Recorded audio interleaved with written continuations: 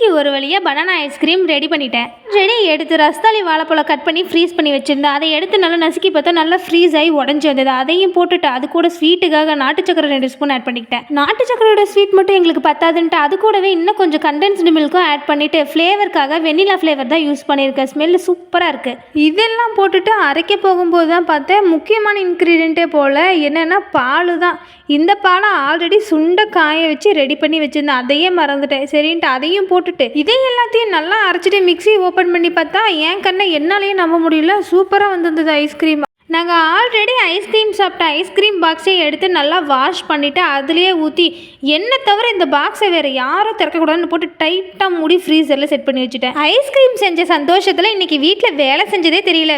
வேகமாக குழந்தைங்களுக்கு lunch box pack பண்ணிவிட்டு ஸ்நாக்ஸ் பாக்ஸும் பேக் பண்ணிட்டேன். வீட்டில் டெய்லியும் வேலை செய்யும்போது எப்படா இந்த வேலை முடியும்னு நினச்சிட்டு செஞ்சவே வேலை சீக்கிரமாக முடியாது. ஆனால் சந்தோஷமாக செய்கிறப்ப அந்த வேலை எப்படி செஞ்சோன்னு நமக்கே தெரிய மாட்டேங்குது.